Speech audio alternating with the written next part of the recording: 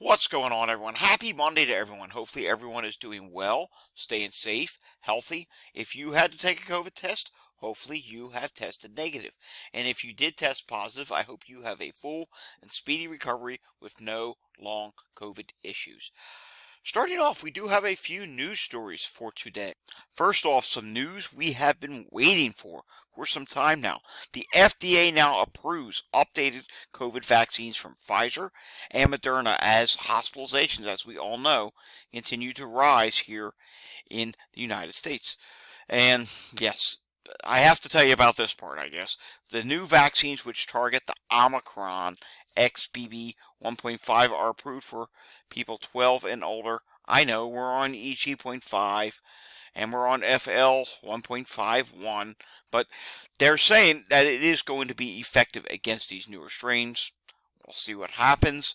Obviously, the biggest problem is whether it's effective or not. That's one thing. We need to get people to actually go out there and get a booster. The last go around, a lot of people did not get a booster, and that's a problem. It's part of the reason, well, it's one of the reasons why hospitalizations are rising right now. Another reason is because there's not much immunity from infection. There's several different reasons. I just named two right now. I'm sure there's probably dozens. But we need people to go out and get the booster. The booster is going to be available soon. CDC advisory panel, it says right here, a CDC advisory panel is scheduled to meet Tuesday to vote on a recommendation of who is going to get it, because yeah, that's another problem too. We don't know who they're going to advise to get it.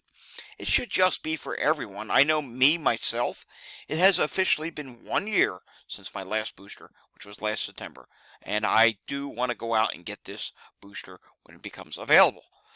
Alright, moving on to this. A New York Democrat has tested positive. Representative out of New York, Richie Torres, announced Monday he will not be returning to Congress this week after he has tested positive for COVID. And I did see that his first case was back in 2020. I forget what the date was precisely, but I will be adding this to my website, and I will also add with that the date that he did test positive the first time. Also, we have another member of the political field that has tested positive. Tammy Duckworth has tested positive. She is a senator out of Illinois, I believe. After experiencing mild symptoms, I tested positive for COVID-19 today, meaning yesterday. I will continue working for the people of Illinois in isolation and follow medical guidance on when to return to the Senate chamber. So that's two more people in the political field that have tested positive. Will we see more? I don't know. It's possible. It's possible that we'll see more. And here's the problem with this. They're supposed to be voting eventually at some point on potential budget hearings and whatnot, and that could lead to a government shutdown if nothing is done about that. So, yeah, not good to see them testing positive when they have some really important business to be taken care of right now. All right, now there is this Novavax, and this is from Novavax themselves on Twitter. Doses of Novavax's updated protein-based COVID vaccine arrived in the U.S. today and will be ready for release pending emergency use authorization and recommendation from the CDC, government, and ACIP. Novavax will present the latest data on its vaccine at ACIP's September 12, 2023 meeting. So this is some really good news, as there are a lot of people out there that are more excited to get Novavax over the regular mRNA, so it's something that we have to keep an eye on, and hopefully the FDA will sign off on emergency use. But if there being no pandemic emergency right now, I don't know. So we'll have to see what happens. Now we move on to this, and we're just going to read a headline here. University of Maryland issues new COVID-19 isolation policy as cases rise nationwide. So basically what they're saying is you'll have to isolate. Actually, let's go down and read a little bit here. College Park MD, University of Maryland students living on campus will need to isolate at their permanent homes or at a hotel room for 5 days if they test positive. So basically they're saying if you're positive, you can't be on campus. But here's the problem with this. For some people, they test positive for just a couple days. Some, it is the 5 days. And then for some, they're testing positive 10 plus days. I mean, it is different for every case. So it really should be you have to isolate until you're negative, not this 5 day business. I mean, it really should come down to each and every individual case. All right, let's take a look at air quality for today. And let's see what the latest air qualities are around the country. And I can tell you, I've been breathing pretty easy here today compared to how it was a few days ago. And you can see that here in the east. It's actually not that bad. There's some yellows, but there's also a lot of green mixed in at this time. Then we come down to the south. And the south, yes, there's some yellows. Central region, there's some yellows. But overall, not as bad as we saw earlier in the summer. Central plains here, not doing too bad. And then we come here to the Rocky Mountains, not bad. But where it is bad, there's a few places in California, Southern California, Northern California, Oregon, and Washington State. Wildfires, yet again, are an issue there. Let's take a look at the B&O tracker for the BA 2.86 variant, and let's see how many cases of it there are now. 107, 36 in the United Kingdom, 17 in South Africa, 12 in Denmark, and now 8 in the United States. France also has 7. We're not going to go through all of these, but yes, there's quite a few. Alrighty, now to take a look at heat-related illnesses. We suspected that there would be an increase in the Mid-Atlantic region, and there was an increase because, it was hot last week in the Mid-Atlantic region. And I follow CADs, I follow dispatches, and I was seeing heat-related illness calls in these areas. Now, let's zoom in here. We can show you, remember how I show you Philadelphia on the regular, for ambulance calls? Well, if we look here closely, it may or may not come up. Here we go. You can see Philadelphia was higher than average, but it wasn't much higher than average, and ambulance calls were up, so that kind of gives us a clue that, there may have been some COVID calls. More on Philadelphia's number in a little bit. Taking a look here, you can see in the south here, yes, there's still some calls where it decreased, like places like St. Louis, Chicago. It's not as filled in here as we were seeing before. And if you want to learn more about climate and weather and ongoing climate issues around the world, I got another channel for that, at Climate Data Report. It'll be down below. Haven't done anything there in a few days. Maybe I'll get something there today. And if you want to learn more about ongoing weather systems, we've been tracking Hurricane Lee. I got another Twitter that's just for that, at Climate Data Report. Alrighty, Walgreens did update for this week, and the national positivity this week is 40.6%. Prior week was 40.2%. That's a difference of 0.4%. And unfortunately, testing at Walgreens did drop. So the positivity went up, and a part of that is because, hey, testing dropped. 4,733 people got tested. The prior week was 6,732. We're just only going to do a couple states here. I think we're going to eliminate the need to go through every state, just simply because, some of this data, it's just such tiny testing that is it even useful? All right, let's take a look at New Jersey, though. It's current week, 45.2% positivity. Prior week was 34.8%. Difference of 10.5% up. 84 tests versus 138. Again, such tiny testing. New York State, such tiny testing. 45.5% positivity this week, 52.1% last week. Difference of down 6.6%. Total test, 101 versus 142. Can we do Florida? Yes, we can. Florida, 42.8%. Prior week, 43.7%. Difference of down 0.9%. Total test, 640. And the prior week was 844. Texas, 39.7% positivity this week, 40.9% last week, down 1.2%. Total test, 1,393 versus last week, which was higher, much higher, 2,201. Illinois is seeing a big drop in positivity, 35.1% this week, 43.7% last week. Difference of down 8.6%. 245 tests this week, 286 last week. Washington, 50% positivity this week, 44.4% last week. Difference of up 5.6%. 64 tests versus 63. California, 50.1% positivity this week, 48.2% last week, 2% increase. Testing is down, 345 versus 465. And finally, Oregon, positivity this week is 53.1%. Prior week was 35.7%. Difference of up 17.4%. 32 tests versus 28. So there's just a few of the Walgreens states. I know there's more, but we just did a few of them.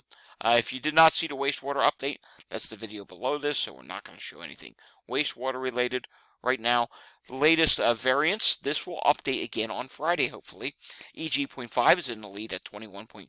FL 1.51 is at 14.5%. XBB 1.16.1, 9.2%. XBB 116, 8.9%. XBB 2.3 is at 8.1%. And HV.5 is at 5.1%. Taking a look at this, we will get an update to the number of people in the hospital, I believe, tomorrow. Let's see. Right now it's saying 18,871. And, okay, this actually just updated. It says September 11th.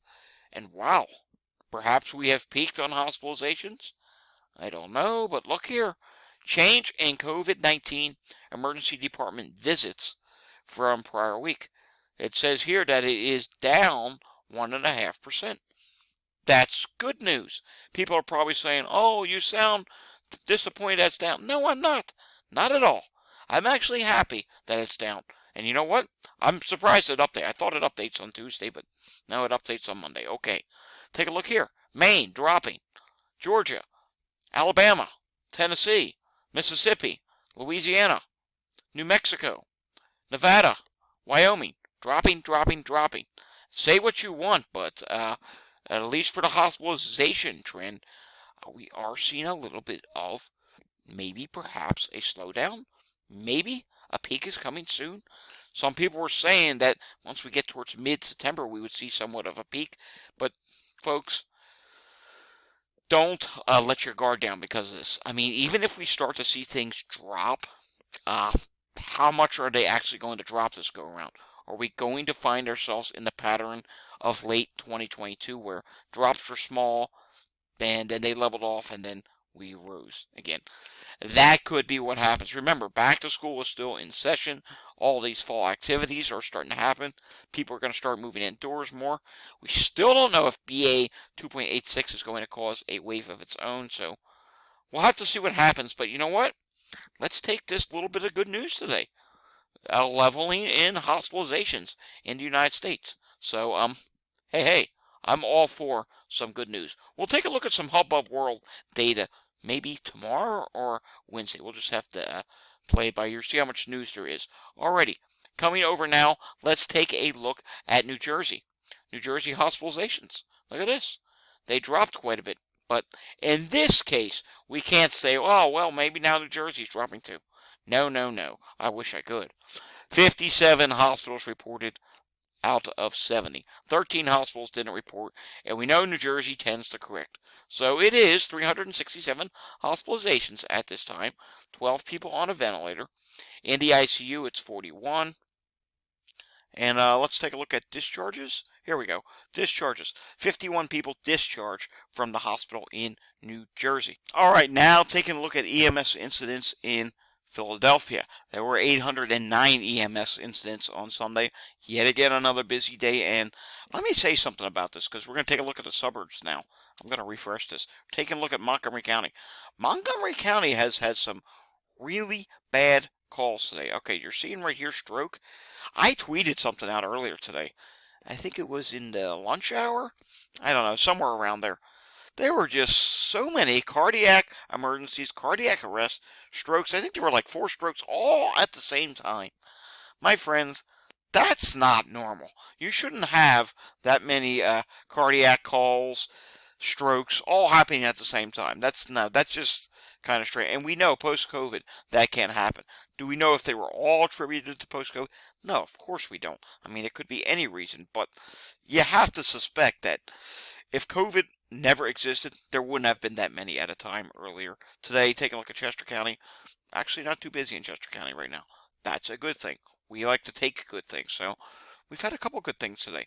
New York State, 2,554 new cases on the most recent update. They ended last week hospitalizations.